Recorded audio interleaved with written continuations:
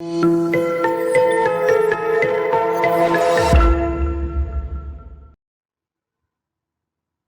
everyone, my name is Miguel Chen. I'm a professor and researcher at the Department of Mechanical Engineering at the Tecnológica University of Panama, and I would like to share with you this research entitled Assessment of the University Campus Metabolism due to the Mobility and Outdoor Conditions, Survey and GISbased approach.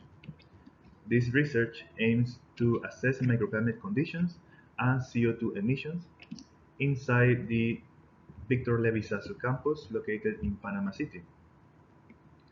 The method used was for the microclimate conditions assessment was the Geographic Information System based on the software QGIS to estimate the land surface temperature.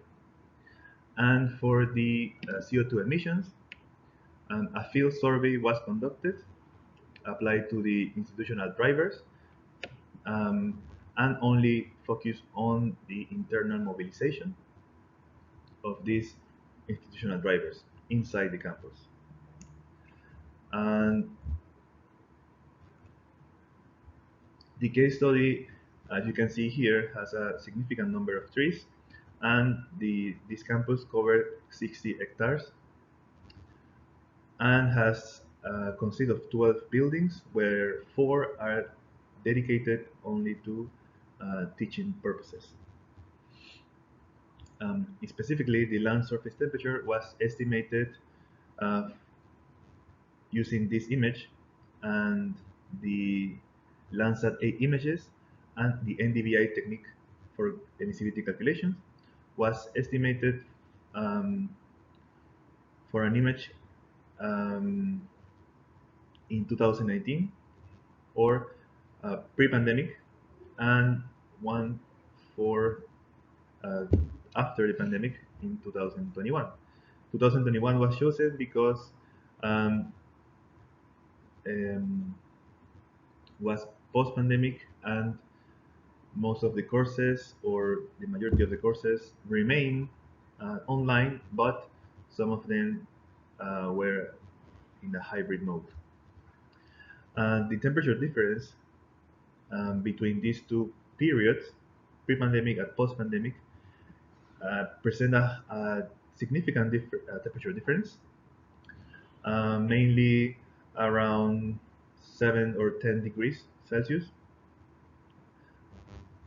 And this tells us that actually the CO2 emissions, for example, the CO2 emissions due to mobilization, not only by institutional drivers inside the campus, but due to professors and staff members and students, had a significant impact.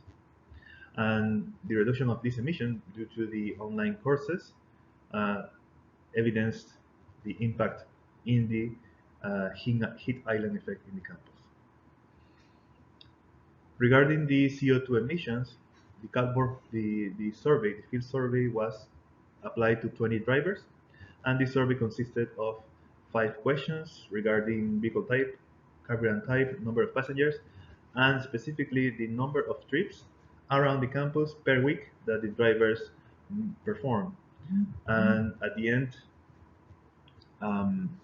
it was estimated that 674 trips were made around the campus every week, and this